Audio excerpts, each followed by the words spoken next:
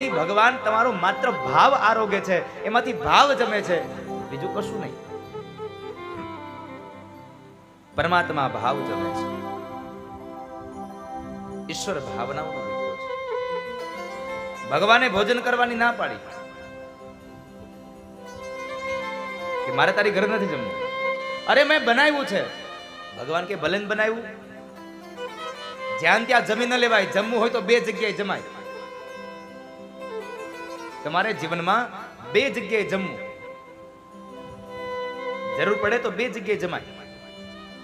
એક જ્યાં તમારા પ્રત્યે ભાવ હોય ત્યાં જમાય, અને બીજું જો તમારો પ્રાણ સંકટમાં હોય ને જમવું પડે તો જમી લેવાય. તો અહીંયા ભગવાન કહે છે નથી તારામાં ભાવ, નથી મારો પ્રાણ સંકટમાં, મારે તારી ઘરે જમવું શું કામ? ભગવાન ન જમે. ભાવ વગર ભગવાન ન જમે. જ્યાં ત્યાં ભોજન કરી ન લેવું.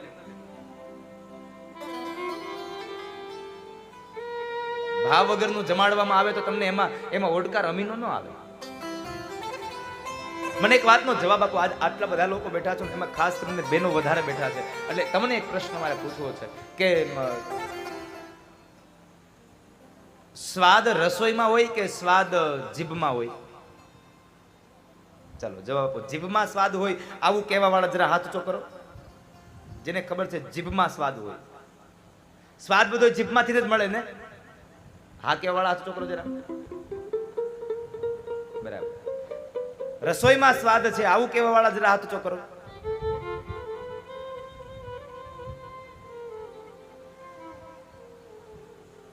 બરાબર.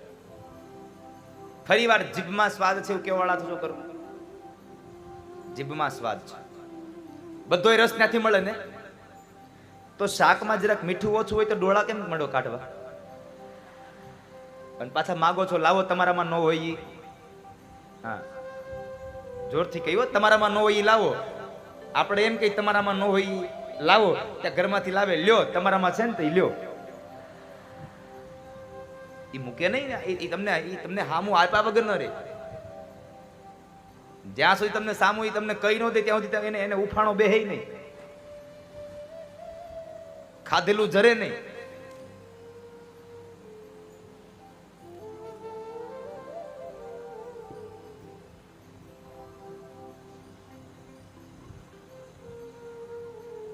નથી સ્વાદ જીભમાં, નથી સ્વાદ રસોઈમાં. સાહેબ મહાપુરુષો એમ કહે છે સ્વાદ છે તમારા ભાવની અંદર.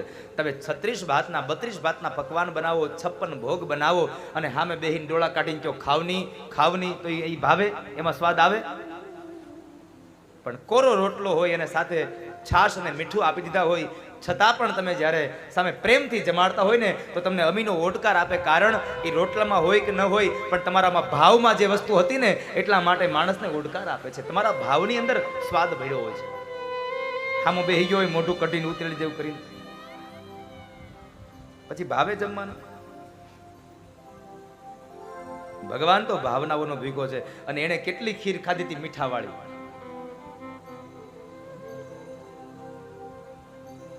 કેટલી ખીર મીઠાવાળી ખાઈ ગયો, અને તોય છેલ્લે કેતો ગયો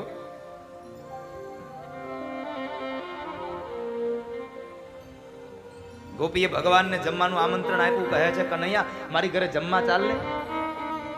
કનૈયું કહે છે ચાલ તારી ઘરે જમું. અને ભગવાનને જમાડવા માટે ખીર બનાવી, દૂધ ઉકાળ્યું, એમાં ચોખા નાખ્યા, પણ ખાંડ નાખવાને બદલે નાખ્યું મીઠું. ભગવાનને માટે એટલી ભાવ વિભોર બની ગઈ ગોપી કે એને ખાંડને બદલે નાખ્યું મીઠું, અને વળી પૂરી વણી નાખી પણ તળી નહીં. ભગવાન જમવા આવ્યા, ન ભગવાનને આસન આપ્યું, ન ભગવાનને થાળી આપી, પાટલા ઉપર પીરસી દીધું, અને પોતે ભગવાનની પેલા જમવાનું ચાલુ પડી ગયું. એને ચાલુ કરી દીધું. નકર મહેમાન આવે તો આપણી ઘરે મહેમાન ને કે મહેમાન તમે ચાલુ કરો.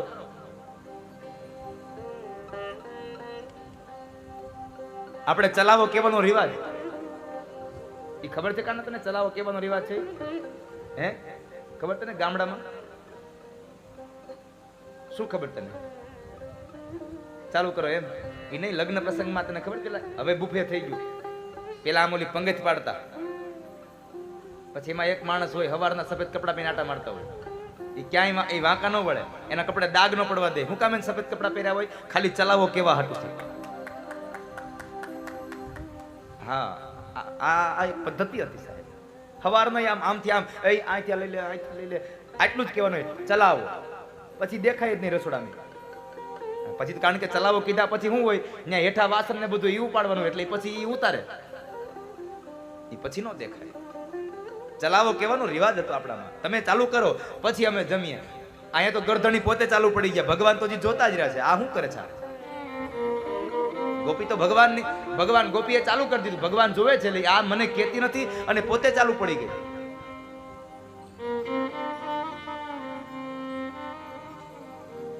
ભગવાનની પેલા જમવા લાગીને વિવેક ભૂલી ગઈ અને વળી જમી પરવારીને કનૈયો જમે છે ત્યાં કહે છે, કનૈયા કે તો ખરો રસોઈ કેવી બની? આ રસોઈ કેવી બનાવી મેં? હરખમાં હરખમાં અમુક વસ્તુ નવીન કઈ ઘરમાં બને પછી કોઈ વખાણ ન કરે ને એટલે એને હળવળવું પડે, પૂછા વગર હાલે નહીં. એ જ્યાં સુધી એનો સંતોષકારક જવાબ ન મળે ને ત્યાં સુધી એને મજા જ ન આવે. તમે એને ગમે એવું બનાવ્યું હોય પણ તમે કહી દો ને શું વાત છે આ તો. પણ બાળો ત્યાંનો બળેલો હોય ને ઠાઠડીએ નો ઠરે.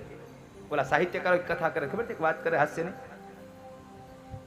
પતિ પત્નીને ઝઘડો થાય રોજ, અને આ પતિ બિચારો કઈ બોલે નહીં, કોઈ દી કઈ કહે નહીં. એટલે એને એક મહાત્માજીને પૂછ્યું, બાપુ જેવા કોઈ મહાપુરુષને, બાપુ આ મારી પત્ની રાજી થાય એના માટે શું કરવું? બાપુએ કીધું, બીજું કાંઈ ન કરાય. સંસારીઓમાં પત્નીને રાજી કરવા માટે એક જ કામ છે, તું જમવા બેન તે તારે રસોઈના વખાણ કરવા, એટલે તારે જોઈ રેડી થઈ જાય. ઓલો ઘેરે આવ્યો, બપોરે જમવા બેઠો ને ચાલુ કર્યું, શું દાળ છે, શું શાક છે. એમ થાય છે કે શાકમાં બોળેલી આંગળી ચાટવા કરતા એ આંગળી કચડી જાવ, આવું શાક બનાવ્યું. લે આટલા માંડો વખાણ કરવા. રોટલી હાથમાં આવી હતી, બળી ગયેલી હતી, તો એ કહે આમ, ઓહો શું રોટલી છે, જાણે આકાશમાં પૂનમનો ચાંદો ઉગ્યો હોય. આવા આટલા વખાણ કર્યા ને, અને ઘરમાંથી વાવાઝોડું આવ્યું. આ 17 વર્ષથી લગ્ન થયા છે, કોઈ દી તમને રસોઈ ન ફાવી, અને આજ બાજુમાંથી ખાલી એક તબિયત ખરાબ હતી ને બાજુવાળા બેન બનાવી ગયા, ત્યાં તો ચાંદ લાગવા માંડી પૂરી તમને.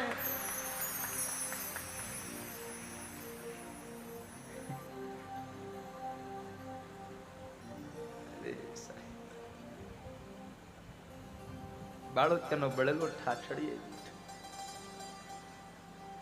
ન્યાય હક ન હોય.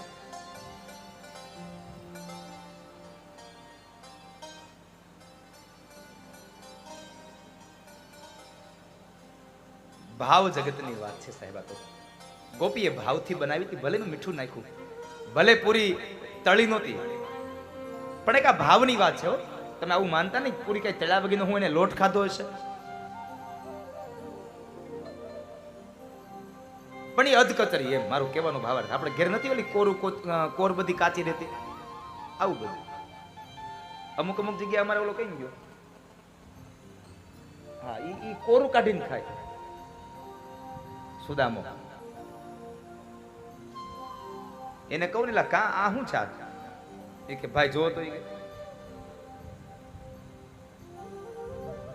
પણ આ તો કૃષ્ણને ગોપીએ ભાવ અર્પણ કર્યો. તમને ભૂખ ન લાગી હોય તો કાંઈ નહીં, આ મને ભૂખ લાગી છે અને અહીંયા નથી જમવાનું તો બીજે ક્યાંય જમવાનું છે. હા, વિદુર કાકાના ઘરે જમવા જવાનું છે. ભગવાને દુર્યોધનને કહી દીધું કે મારે બીજું એક આમંત્રણ આવી ચૂક્યું છે, આજ મારે વિદુર કાકાના ઘરે જમવાનું છે, તારી ઘરે નહીં જમવું. દુર્યોધન કહે છે આજ તો વિદુર કાકાની આબરૂ લીધે પાર છે. હવે આ મહાભારતનો પ્રસંગ છે. હવે તો વિદુર કાકાની આબરૂ લીધે પાર છે. આ એની ઘરે જમવા જવાનો છે ને, કઈ વાંધો નહીં. ભગવાન પહોંચે ને એ પેલા દુર્યોધન વિદુર કાકાની ઘરે પહોંચી ગયા અને વિદુર કાકાને કહે છે, વિદુર કાકા એક વાત કહું, આ કેટલા દિવસથી તમારા ઘરનું ભોજન નથી કર્યું ને, એટલે આજ મને ઈચ્છા થાય છે કે આજ અમારા સહપરિવાર હારે અમે તમારી ઘરે ભોજન કરવા આવી. હવે સહપરિવાર એટલે હો કૌરવો, એની પત્ની, એના બાળકો, કેવડું રસોડું થાય. આ ઓચિંતા ના આવે.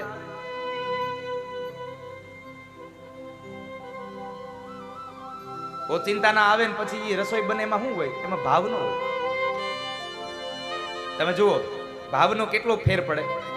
તમારી ઘરે સત્યનારાયણ ભગવાનની કથા હોય અને તમે ગોરદાદા આવીને કથાની તૈયારી કરતા હોય, ભગવાનની પૂજા કરાવતા હોય, તમે રસોડાની અંદર સરસ મજાનું આમ બકડીયું મૂકીને એમાં સરસ મજાનો રવો બનાવતા હોય, મહાપ્રસાદ બનાવતા હોય, કેટલો ભાવ હોય એમાં. દૂધ નાખે, ખાંડ નાખે, ઘી નાખે, જાયફળ નાખે, એલચી નાખે, કેવો સરસ મજાનો એને આમ ચીકણો ન થાય એવો રવો બનાવે. અમુક અમુક ઘરે રવો ખાવા દે ને આમ આમ આમ આમ ખાવા દે ને તો સોટો હાથમાં ચોટી દે.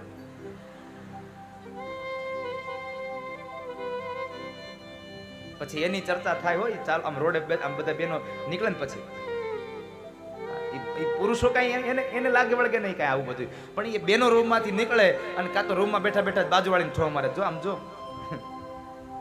ઉખડતોય નથી. ભગવાનનો પ્રસાદ બનાવતા હોય ત્યારે કેટલો ભાવ હોય, કેટલો મીઠો બને પ્રસાદ. કારણ તમારું ચિત્ત ભગવાનમાં હોય, તમારું મન ભગવાનમાં હોય. આજ મારી ઘરે ભગવાન પધાર્યા છે, આજ મારી ઘરે ભગવાનની પૂજા થાય છે, આવો ભાવ હોય. એટલે ભગવાન પ્રત્યેનો ભાવ હોય ને એટલે સરસ મજાનો એ રવો બને. પણ એનો એ રવો તમે જોજો, એટલી ને એટલી સામગ્રી હોય, એટલું જ ઘી, એટલું જ દૂધ, એટલું જ જાયફળ, એટલા જ તમારા એલચી, એટલા જ સૂકા મેવા, એટલી જ વસ્તુ, એટલી જ ખાંડ, બધું હોય. પણ તમારી ઘરે મહેમાન આવ્યા ન હોય ને તમને 12 વાગ્યે બરાબર જમવાના ટાણે ફોન આવે, સાંભળ્યું મહેમાન આવ્યા છે 3 જણા, રવો બનાવો, અને ઈ જે રવો બને વહેલા આવતા હોય તો એમાં સ્વાદ ન હોય સાહેબ, કારણ એમાં ભાવ ન હોય. એમ થાય હમણાં બકડિયાનું તળિયું કાઢી નાખશે ધડાધડી.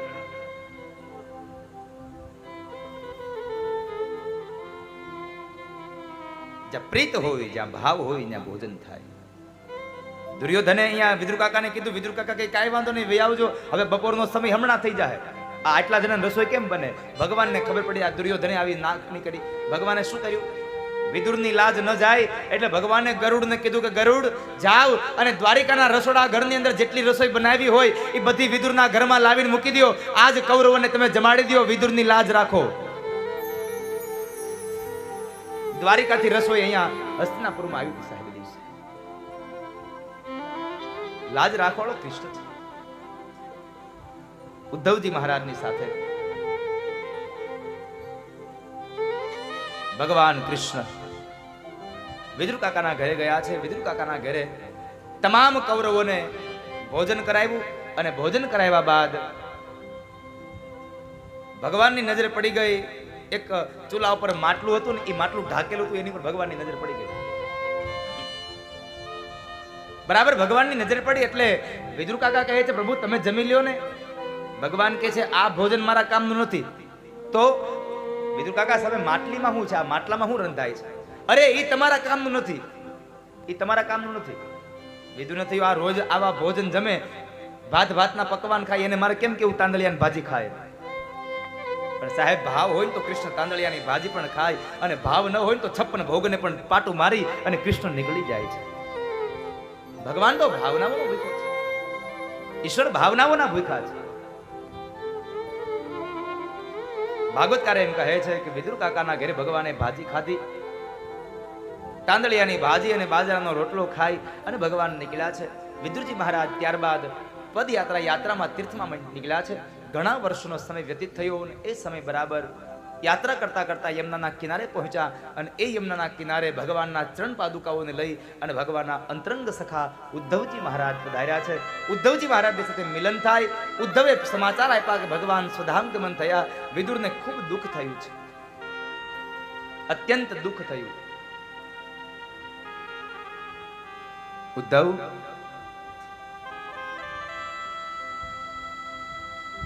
અમારી ઘરેથી ગયા પછી અત્યાર સુધીમાં ક્યારેય મને કોઈ કૃષ્ણ યાદ કર્યો તો? અને ઉદ્ધવ જો હું ભાગ્યશાળી હોઉં ને તો એક કામ કરો ને, ભગવાન સાથે તમે રહીને જે કઈ ભગવાને જે કઈ વાતો કરી હોય ને કૃષ્ણએ, એ કૃષ્ણની વાતો મને સંભળાવો ને, એ જ્ઞાનની એક કથા મને સંભળાવો ને. જો હું ભાગ્યશાળી હોઉં તો. અહીંયા ઉદ્ધવે એક બહુ સરસ મજાની વાત કરી છે. કાકા મારી દ્રષ્ટિમાં આ દુનિયાનો સૌથી ભાગ્યશાળી નસીબદાર કોઈ જો વ્યક્તિ હોય ને તો વિદુર કાકા તમે છો. ઉદ્ધવ હું છું. શા માટે? એટલા માટે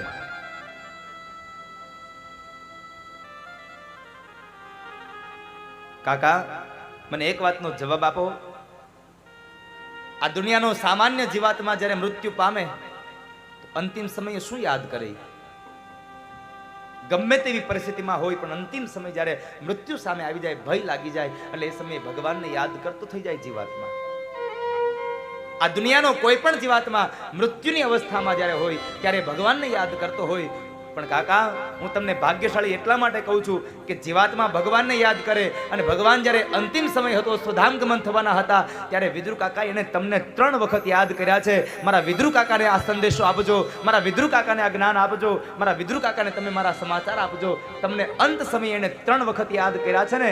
જો ભગવાન 3 વખત તમને યાદ કરતા હોય તો તમારાથી ભાગ્યશાળી જીવાત્મા આ દુનિયામાં કોણ હોઈ શકે? માટે કાકા વિદુર તમે ભાગ્યશાળી છો.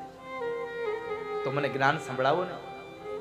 કાકા એ જ્ઞાનનો ઉપદેશ તમારે લેવો હોય તો તમે જાજો મૈત્રેય મહારાજના આશ્રમની અંદર ભગવાને ભલામણ કરી છે. મૈત્રેય ઋષિને